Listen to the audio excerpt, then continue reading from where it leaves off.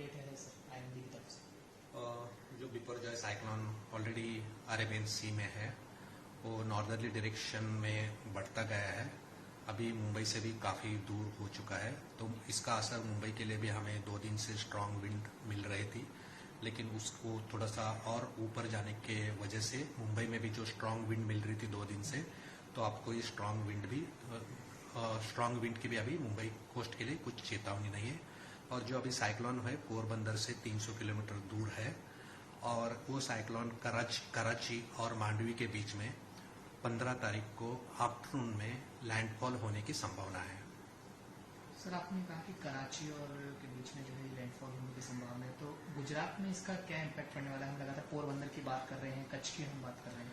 तो जो कच्छ सौराष्ट्र है, वहाँ के बहुत सारे जिले में भारी वर्षा की भी संभावना है। ये साइक्लोन के वजह से आने वाले 2-3 दिन में वहाँ भारी वर्षा की भी संभावना है। सर कब तक जो है रेनफॉल चलेगा, इसका इम्पैक्ट है कौन सी डेट तक रहने वाला है इन सारे एरियाज में? अभी वो जो लैंडफॉल होने वाला है वो 15 तारीख को आफ्टरनून में लैंडफॉल होने की संभावना है, और उसके बाद 24 घंटे में उसका इम्पैक्ट धीरे धीरे खत्म हो जाएगा। सर बिपरजॉय साइक्लोन के अलावा अगर हम मानसून की बात करें, तो मुंबई की बात करें, तो किस तरह से इस बार जो है मानसून रहने वाला है? क्या अब तक आईएमडीज जो है सजेस्ट कर रहे हैं मानसून की? ये बिपरजॉय के वजह से जो मानसून के जो मॉइस्चर है वो थोड़ा सा सख्त होने के कारण मानसून आगे नहीं बढ़ा है, लेकिन अभी जो बिपरजॉय ऑलरेडी सौराष्ट्र के पास पहुंचा है, तो हमारा जो कोस्ट है उसमें आने वाले 48 आवर्स में मानसून आगे बढ़ने की संभावना है।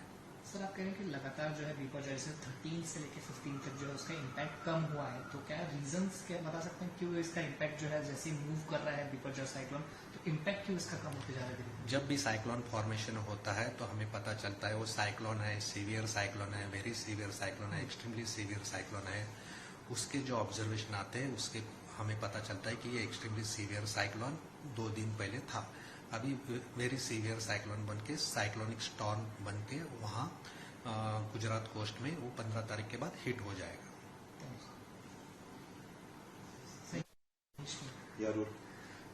So as we are talking about the Biparjoy cyclone, it's heading towards Gujarat. So what are the impacts now on Gujarat and other parts of the state? As it is heading toward Gujarat and it's likely to have landfall in between Karachi and Mandvi, so because of that all the Kutch and Saurashtra will have a very heavy rainfall for next 2 to 3 days. And once the cyclone landfall takes place, then automatically after 24 hours the impact of cyclone will go away. So what are the reasons that cyclone is weakening? If the cyclone first is strong at the time 13th, 14th, and now the weakening towards. So what are the reasons behind this? See, actually it's strengthening or weakening of cyclone depends upon sea surface water temperature. If the sea surface water temperature is at higher side, cyclone get intensify. If the sea surface temperature is lowering, then cyclone doesn't get intensified. That become it's weak. It start weakening. So if we are talking about monsoon in Mumbai and Maharashtra, so what in this year, what are the stages of monsoon, and is the monsoon is heavy or low? What do you say on this? See, we have predicted monsoon as a normal monsoon for country as a whole, and monsoon has arrived till Ratnagiri, and we are expecting that during next 2 to 3 days monsoon will further advance in rest of the Maharashtra. So what are the parts that more impact in Maharashtra due to monsoon? Is there any prediction of IMD on this?